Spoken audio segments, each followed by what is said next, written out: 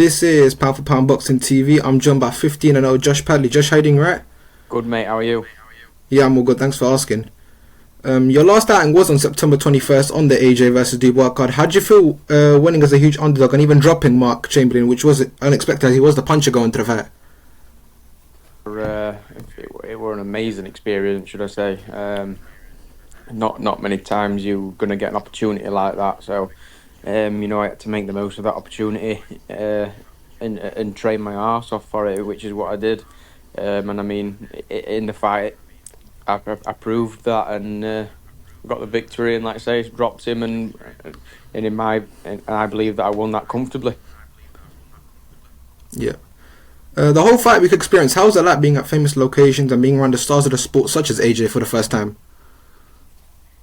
Yeah, like you say, it were a massive step up in promotion from what I'm used to. Not done anything even remotely like that, and a lot of my team who have been round boxing quite some years and been involved in big events, they all said that this is nothing like they'd been involved in either. But that's where I want to be, around the big names, and so you've got to soak it up and get used to it, and like you say, fit in with them, because that's where I want my career to carry on going, being at that level. Yeah. One of the fight week events was the weigh-in at Trafalgar Square, where you got into a little bit of a scuffle with Mark Chamberlain during the final face-off. What did you make of it in the moment, and did you see it coming at all? I mean, I think the day before at the press conference at Guildhall, the tension started to get a little bit tight there. So I thought something might erupt, but not as quite as feisty as it was. It made for a better fight. I mean, like I say, on social media, it soon blew up. Everybody was saying that I were in Mark's head, and nobody's seen him like this before, and I believe I was. I think the coolness of myself and me believing in myself were affecting him, and I mean, on fight night, I showed that again. Yeah.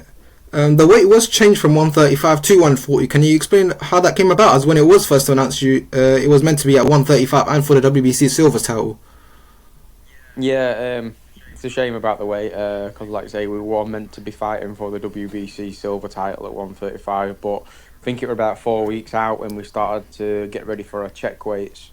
The weight changed, and we essentially got, you either fight at the new weight, or you're going to lose your opportunity, which again, you don't get that opportunity much, and they don't come around that often. So we moved up to 140,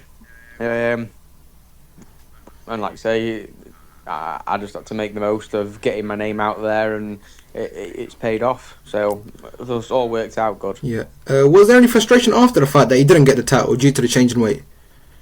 Yeah, there were a little bit, and I'm sort of living with the after effects of it now, because I think if I'd have had that title, I think I'd have been put in a bit of a better position after the fight, because like I say, people would have definitely been running after me, and I would have had a bit more of a bargaining tool on my side there if I'd have been the champion, because now all I've essentially got is a good win on my name. I haven't got the belt or anything, so it's been more after the fight that's been a bit of a shame that the title didn't come off. And now after that amazing win, you're ranked 7th with the WBO, 11th with the IBF, 16th with the WBC, and not ranked in the WBA as of yet. Now that you are ranked highly in the division with most of the sanctioning bodies, do you have any opponent in mind on who you'd like to face? No, I mean, I'd like to pick up another, like I say, I'd like to pick up a little international title somewhere along the line early next year, and then go full send again and try and get another big name. There's a lot of up and coming and big names in the British lightweight division, so I'd love a big summer showdown with another big name. Yeah, one person's name that has been linked to you is Sam Noakes. He's fighting this Saturday against Ryan Welsh. Would you be interested at winning the winner of that? Yeah, I mean, the Noakes fight, it's always going to be tied with my name now, because him and Mark had been tied together for so long. So every opportunity now, someone's obviously going to bring Sam's name into my name. So if that's the fight that needs to happen next, and that's the fight that needs to happen next. Like I say, I've said before on interviews, I'm not against the fight, but I'm not going to go running after it, sort of thing. If it's the best, if it's the fight that makes the most sense next for me and my team, then I'm all for it. But let's see what other, and let's see what the position's going to be to get to the top the best. So we'll wait and see on that one. Yeah. In the main event of the Wembley Stadium card, we had Daniel Dubois winning in devastating fashion whilst going in as an underdog like yourself. What did you make of Dubois' performance, and who did you have winning before the fight?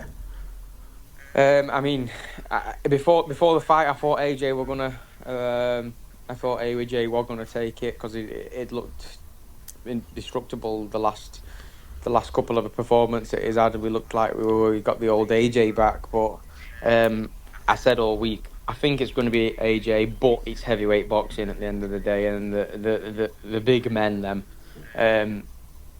It were more apparent to me when obviously we'd been round them all week, fight week, how big of a men they actually are. So it's heavyweight boxing, and anything can happen. Yeah. Before the Mark Chamberlain fight, you weren't tied to any promotional banner. Has there been any change to that? Have you been approached by the likes of Queensbury, Matchroom, Boxer? Not yet, mate. No, we're still a promotional free agent. We're trying to work on a few things, but taking a bit of time. And like I say, we're just making sure that we've got the best options for us and my team, who are going to look after us in the long term and stuff. So that's why we're not rushing into it. And like you say, you've got your names of Sam Noakes and stuff like that, but we're going to do what's best for us. We took the risky fight that nobody wanted to take, and it paid off for us. So why have to rush into another massive risky fight when nobody else is really doing them? Yeah. I also seen your stories on Instagram of being at work. How's the change been from going on such a high to then to the realities of life and work? Yeah, it's a bit of a, like I say, highs and lows. It's not the best of things. Like I say, I had 8 weeks off, literally living the dream, as they say, training twice a day and living like a professional athlete. But I knew it was going to obviously come to an end. But as soon as we get another fight deal coming up, then I'll be doing the same again and hanging the tools back up and fully concentrating on boxing, because obviously I've proved what I can do. If I do have a full camp and I'm full time, then obviously there's a lot more to come of that. Yeah. Before I let you go, I know you have sparred with Sonny Edwards before, who has decided to retire at the age of 28 last Saturday. What did you make of Galal's performance against Sonny and the viral clip from Sonny's corner? Yeah, I know. I mean, I've seen he's a very talented fighter, Sonny. So it was a shame to see him not want to be in there, because boxing's not. If you've got that mindset in boxing, it's not the place to be. It'll chew you up and spit you out. You can't go in there and not wanting to be in there, because when someone's punching you and hurting you, you're going to find any excuse not to want to carry on, sort of thing. So it was. It's no mindset to have, so it's a shame for him to have gone in there with that mindset, because he's a very talented fighter. But taking nothing away from Yafai, he come with a game plan, like you say, and stuck to it, and paid off for him. Constant work rate straight out the from round one, and didn't let Sonny get anything off. And fair play to him. Yeah, he's going to obviously go on massive in the sport. Yeah. On that note, Josh, thanks for your time, and we look forward to seeing you out next. Yeah, perfect. Thanks for having me on. Yeah, thanks, no problem.